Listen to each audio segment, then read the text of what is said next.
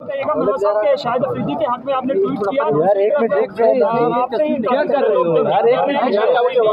शहबाज शरीफ को अपने लीडर मानता है, इमरान खान के साथ और तहरीक इंसाफ के जो ज्यादतियां हुई उसमें वो पंजाब पुलिस ने जो रोल किया उनको भी जाके सराहता रहा है, तो आप इसको कैसे देखते हैं कि आपने कहा शाहिद अफरीदी मेरे आइडियल है, दूसरी तरफ वो नहीं, मैंने ये नहीं कहा कि मेरे आइडियल हैं, मैंने ये कहा कि ये शाहिद अफरीदी अपने वक्त में पाकिस्तान का हीरो रहा है और शाहिद अफरीदी के खिलाफ अभी जो कैंपेन शुरू हुई है वो एक मुबैना बयान है जिसकी उसने तरदीद की है खुद।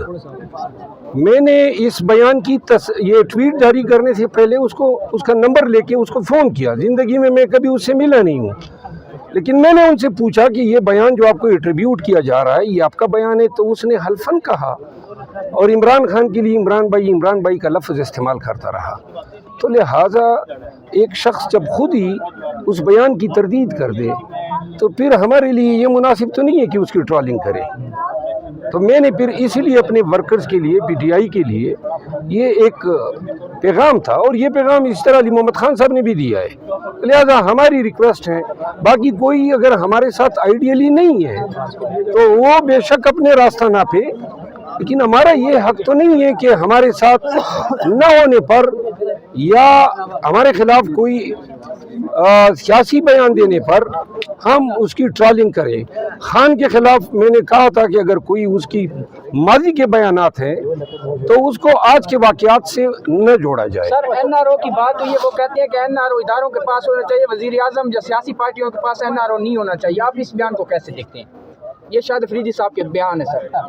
एनआरओ को किसी ने मांगा भी है। सर खान साहब कहते रहते हैं मैं नहीं दूंगा, 5 साल पूरे एनआरओ नहीं दूंगा, तो अभी वो कहते हैं कि वज़ीर आज़म के पास नहीं होना चाहिए, सियासी पार्टियों के पास एनआरओ नहीं होना चाहिए। कभी पाकिस्तान में तारीख में एनआरओ का हक वज़ीर आज़म के पास नहीं रहा है। अच्छा, ये बता दें सर, परेड में से जो गुज़िश्ता वज़ीर आज़म थे उनके अंदर से इमरान खान का नाम निकाल दिया गया जी,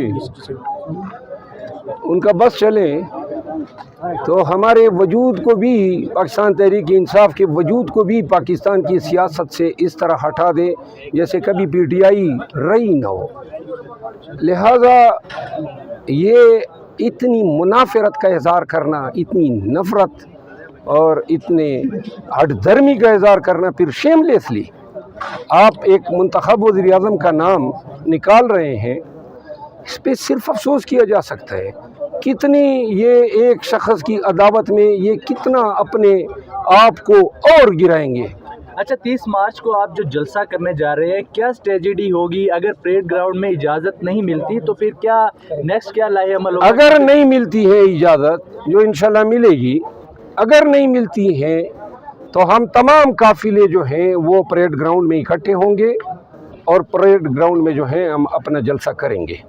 मरवत साहब, एक गैर सियासी सवाल ये है कि आजकल बहुत ज़्यादा बहस हो रही है कि वो हक खतीब और इकरारुल हसन को लेके बहुत ज़्यादा बहस हो रही है कि कल इकरारुल हसन हक खतीब के पास जा रहे हैं, डीसी साहब ने रोक दिया कि आप नहीं जा सकते।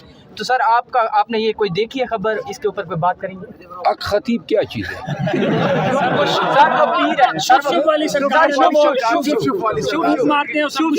हाँ, वो पगोड़ वाला। अच्छा, हाँ, मैं हसन ने उनको चैलेंज किया है, कल उनके रिहाइशगाह जा रहे हैं, चैलेंज किया है। वैसे मेरा भी जी करते हैं उसके पास चला जाऊं, पाकिस्तान पे एक चुफी मार दे, शायद पाकिस्तान की हालत ठीक हो जाए। आपके ख्याल में कौन ठीक है? वाकई ठीक है, शुभ से मामला हल हो जाता है? वैसे ये इनका नाम क्या है पीर साहब का?